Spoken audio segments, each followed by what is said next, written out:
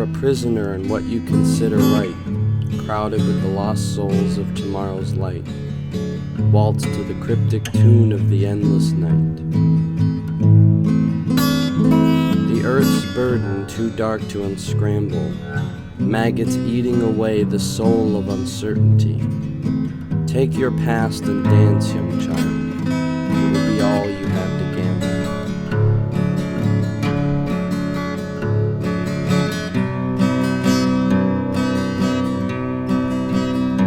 The moon flickered through a flap of a small town seen between two great mountains. This little town only saw a little portion of the moon on nights as dark as these. The rain gave a soft rhythmic patter on the ground. The village of Hangleton was a peaceful little town filled with people doing their normal daily routines. Everybody was usually nice to everybody except one boy. This boy was named Odson Bolton. He liked to live in peace and rarely went out in public, except on an occasional stroll down to the town's market to buy supplies. But the reason he didn't go out is because the inhabitants in the village seemed to think that he was very strange and mysterious, because he looked a little out of place and didn't have any input in the town's meetings. He was a tall boy with long hair and bright, protuberant blue eyes. He was fairly skinny, with knobbly knees and brittle arms. His lack of strength made him incapable of doing town work like hauling wood, chopping down trees, or helping build tracks for the train. He saw these things ignorant and pointless. He just liked painting, writing poetry, and playing music. That's what made him especially abnormal, because all the villagers didn't seem to have any interest in anything artistic. They just spent all their time and energy on the train tracks that would soon cut through the mountains in the village. When he walked through the forest for his daily stroll, the hunters would gossip about him and make silly assumptions that he was mad, and wouldn't treat him as well as the other law-abiding citizens in the village. He didn't think he was anything of the sort. He just didn't like being in public or having conversations about things he really didn't care about. Although he was very friendly, he didn't appreciate being looked down on, so he wouldn't say much to any of the villagers. He always thought the people shouldn't be judged on how they treat their superiors and equals, but how they treat their subordinates. That's how you really know a person, he often would say to himself. In that case, I probably know more about these people than they do. He often liked to talk to himself, not like the crazy loonies living in the mountains while they're in public for the first time in years, but he just wanted to talk aloud since there was nobody to talk to. He was 15, but very mature for his age because of his seclusion and solitary existence. He did have parents, but they only came home on special occasions because his parents worked in the town of Machine and was rarely given any free time to travel. The town of Machine was miles up north. It was completely corrupted by the business of Dixon Barrel, the travel development agency. They made trains and forced small towns to build train tracks to course through nature's path. He would often tell his parents to quit these horrid jobs and live off the land like he did, but they said they wanted the nicer things in life. But after long hours thinking in his cabin, he came to the conclusion that they just wanted to be away from him and live life in ways that he didn't understand. The town below the factory was often called the Devil's Lower Lounge because it was filled with nasty gun carriers, drunks, and whores. He preferred to be by himself anyways. He was perfectly fine with it. He would occasionally feel the aching pain of loneliness, but quickly told himself that he was better off alone. People in Hangleton just didn't understand art or abnormal ways of thinking. They mostly lived in their repetitious lives of contentment. Odson had no problem with that, but he had a gift of seeing things people couldn't. He would often see people walking about that looked perfectly happy, but he knew deep inside they were aching for something sacred or some kind of meaning to their lives. He awoke at sunrise, still laying in bed, listening to the birds chirping and the rain that was falling from the night. He was trying to remember the dream he just had. It was a good one. He was laying in a shallow pond with trees and streams surrounding him, when a wise-looking old man appeared from the cave nearby. The man kept beckoning towards him, so he obliged, and stood in front of him. His stare was piercing, if he could see the very soul of Odson. He said in a whisper, seeming to come through in waves, "Come with me up, my young child. You've been calling me for many moons and suns, and now here I stand before you." They looked at each other for a long time. Then, after what seemed like hours, the old man lifted his miraculous staff and plunged it into the ground. As soon as the staff hit the earth, he woke up with a jolt. Odson was trying to fathom what that dream meant and asked himself sleepily, who was that auspicious man, and what did he mean when he said, "I've been calling him"? He dwelled on this thought for a time, but the more he thought about it, the more it drained away from his mind. It was like trying to cup water in your hand. The harder you try, the more water falls beneath your fingers. So he shrugged and lit a fire to put his teapot on. As he was lighting the fire, he brutally remembered there was a town meeting in a few hours. He hated the town meetings and would happily skip the monthly torture. But everybody had to go to the meetings, or else the law enforcer of the village would give you a very hard time. If you didn't abide, the punishment that followed was just like all the other consequences for breaking laws. Going to the town of Machine and talking to the head honcho for work. Odson shuddered at the very thought of it.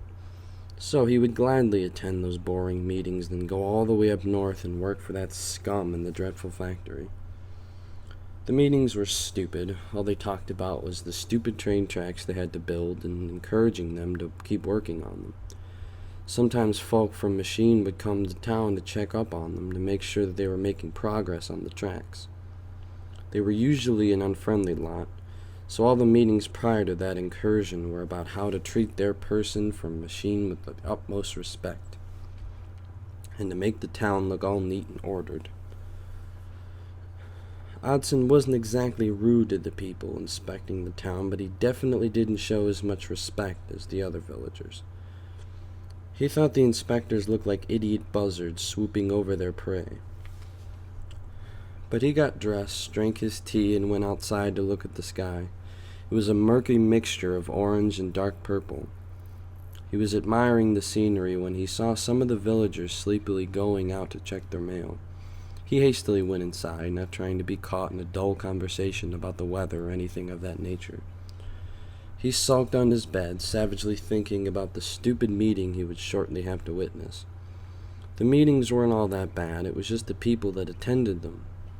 He would often hear them gossiping about him behind his back and laughing at him because of the clothes he wore. He liked to make his own clothes. It made him feel more comfortable than the clothes the villagers would wear.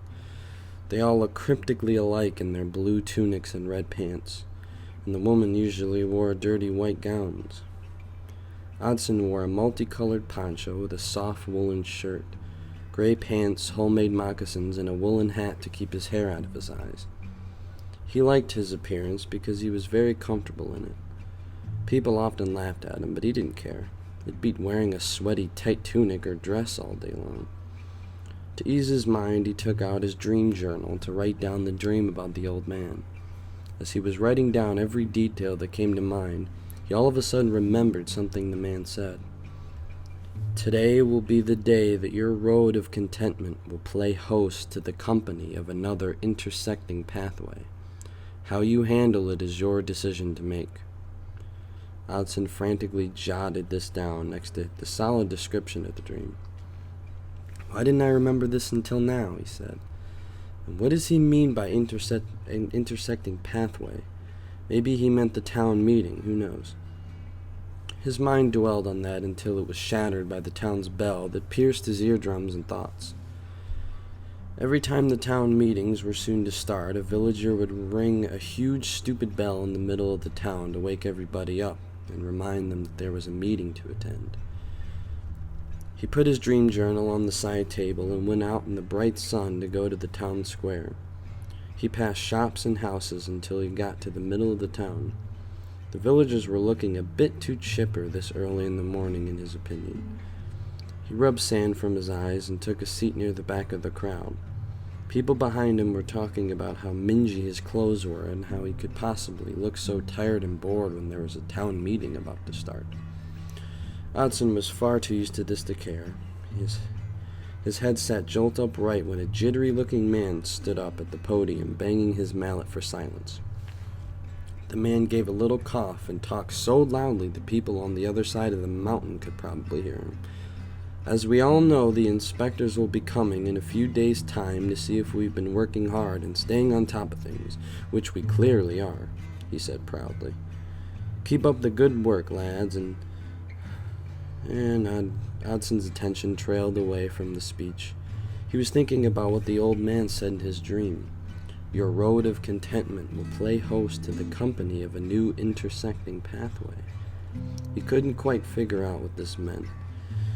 The speech droned on, and he started to get sleepy when he came slightly back into focus, and the man said, So everybody, let's show them that we're working hard and displaying our noble work. Good job, everybody. Let's start work early today just to ensure our loyalty to the great men of machine. Hudson gave a little chuckle to himself and ignored all the muttering about him that started to resume before the speech began. So he started to head back to his cabin. He almost opened the door when he saw his mailbox was open. This gave his heart a strange jolt. He never got mail, not even from his parents. He didn't have any friends, so he was very curious who it was from. His hands trembled a bit as he reached for the letter. It had no return address. It didn't even have Odson's name on it. So it must have been put there by a mysterious sender, not the postman. His chest was pounding uncomfortably when he opened it. The paper looked homemade, not the paper made from the men in machine. But he was surprised to see how short it was. It bore only one sentence written in loopy writing. Meet me in the forest, my young child. He stared at these words for a long time thinking, who wrote this letter and why would they want to meet him in the forest of all places? The only people that went in there were hunters and the occasional fishermen here and there. He had a feeling he should leave right now to see if his unknown letter writer was waiting for him, but he suppressed this impulsive action and hurried inside to lock the door. He almost had a twinge of fear. How do I know if this person's intentions are good? He said in a low whisper. Now I know what that old man meant. He was definitely right about an intersecting pathway. This was very out of the ordinary. He had never received a letter before. But if he did, he thought it would be more descriptive, and at least be aware of who sent it. Maybe it was given to me by mistake, he said. I mean, there isn't a name on it, so it could have been placed in the wrong mailbox. He sat down, trying to slow his thoughts about the unknown sender. Curiosity kept nagging at his brain like a leech, so he grabbed his fishing pole and headed out towards the forest. If this mysterious man wasn't there, he'd just go down by the stream and try to catch some fish for supper. As he entered, he passed the huge pine trees guarding the inhabitants of the forest from the noisy workers of Hengleton. He had the strange sensation that he was being watched, but he always had that feeling when he entered the forest. As he walked along a slim pathway, the ground was covered in dead maroon pine needles. The trunks were the same shade of maroon that bled on the pine needles. He entered the part of the forest that blocked out most of the sun's light. Only defined rays could be seen shining through the gaps of the trees. He could hear the river trailing along the roots of the vast mountain. As he reached the lake's edge, he dug up some worms from a nearby rock and baited his hook. He casted it in the lake and thought aloud, I don't see anybody waiting for me here. Maybe they already left. His thoughts were shattered by a tugging of his pole. Fish in the river were usually small bluegills or perch, but this wasn't a bluegill or a perch. He could tell by the way it fought. It was a big one. After a time of strong tugging, Odson was caught off guard. The fish suddenly stopped fighting, so in his surprise and mid-tug, he fell on his back. The fish rose up right above the river, and he was astonished to see that it wasn't fish at all. It was an odd-shaped bird with crystal blue feathers with huge gaping wings. It had clear reddish eyes, and his claw bore a hook from his rod. It hadn't been caught at all. If anything, the bird caught Odson's hook with his large talons. The bird bore it in his claws and let go. Odson was flabbergasted. He had never seen a bird swimming like a fish. He thought he would at least see it dive into the water, but he was there a long time before he even baited his hook. That means the fish was breathing underwater. He was just curiously admiring the bird's immaculate coat of feathers that were soft blue when a soft voice behind him made him spin around. A very old man stood before him wearing a bright blue cloak, almost the exact color of the bird's feathers. He had long white hair and a beard that was fluttering in the wind. He was carrying an extravagant staff with strange colored stones carved into it. Animals can do quite miraculous things when they are trying to grab your attention, he said softly, looking down at Odson with a mysterious stare, showing his powerful blue eyes. I suppose so, Odson said quietly. Who are you? Well, I'm just a humble traveler that stumbled across your path, nothing less, he said, thoughtfully. Odson was strangely remembered of the old man in his dream, but his dream, the old man didn't carry a bird, and he was much younger. Could this be the same man? I see my presence has given you a fright. Would you prefer me to leave? The man said.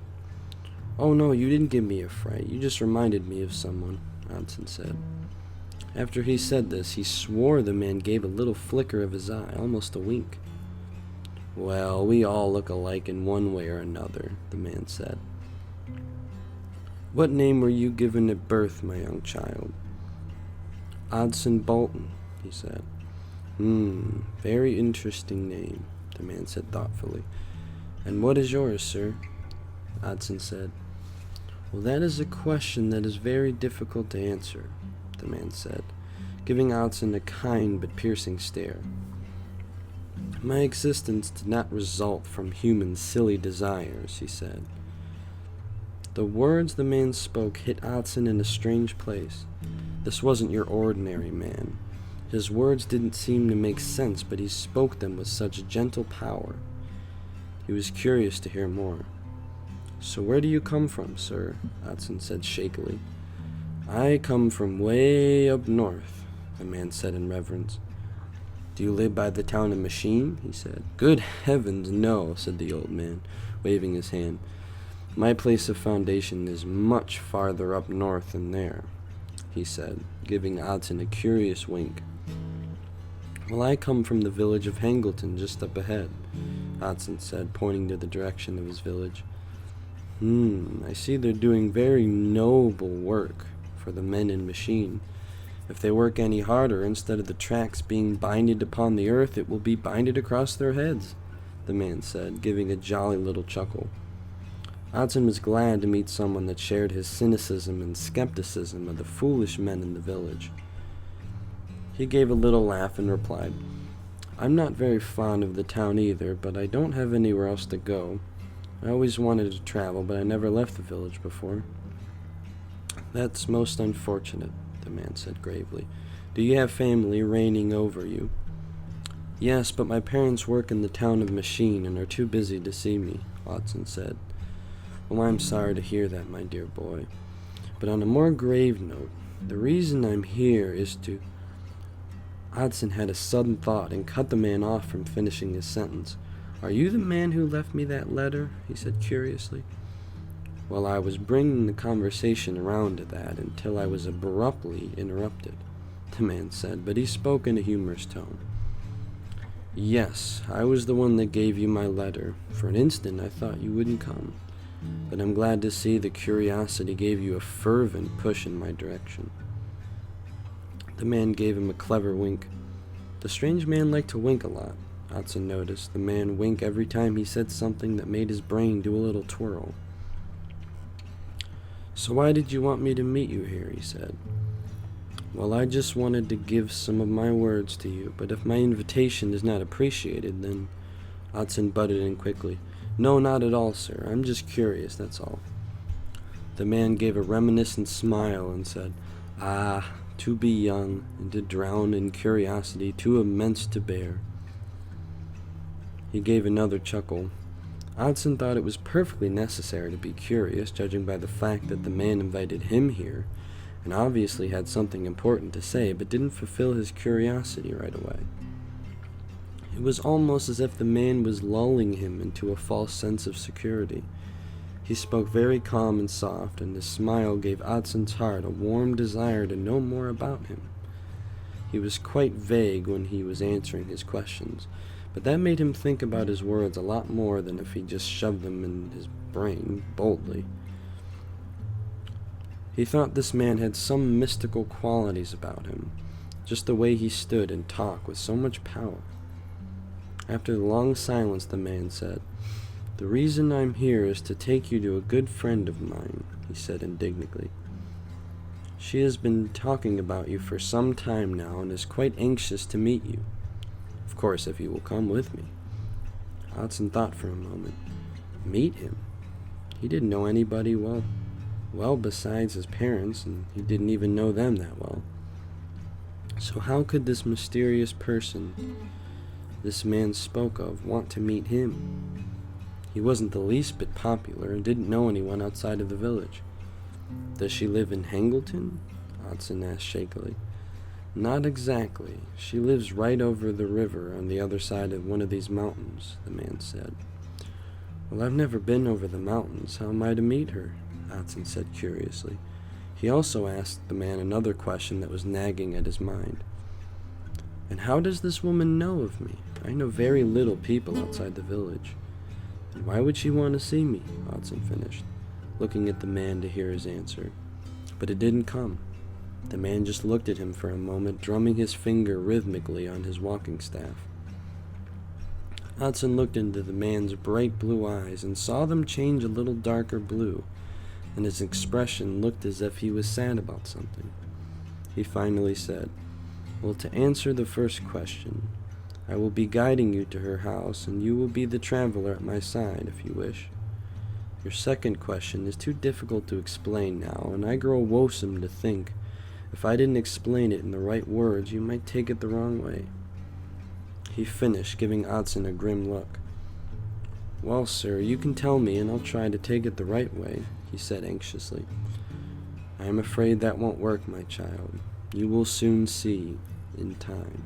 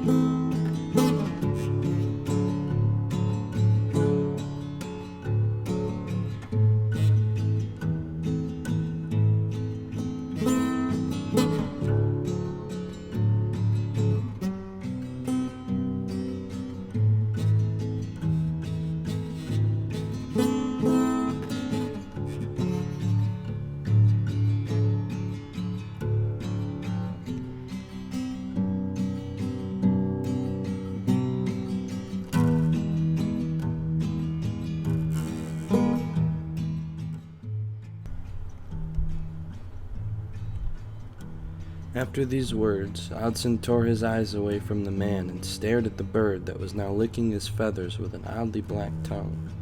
He couldn't stop thinking about the dream. This was a lot more important than he thought, but he couldn't help but trust the man. He seemed so noble, wise, and truthful.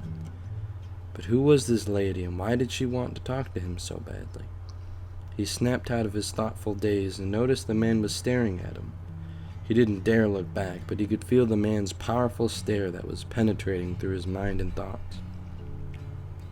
The man finally broke the silence. "You don't have to come with me if you wish it," he said.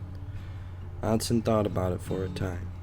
He always fantasized leaving this boring village to go on adventures and see the other sceneries of the land. But that was only a fantasy. Now it was reality. It's a lot easier thinking of doing these things than being in a situation that pretty much forces you to do it. But Odson was a brave boy, so he silently obliged. Good, good, the man said. I will be waiting in the same place tomorrow to take you to Dromelda. Dromelda is her name?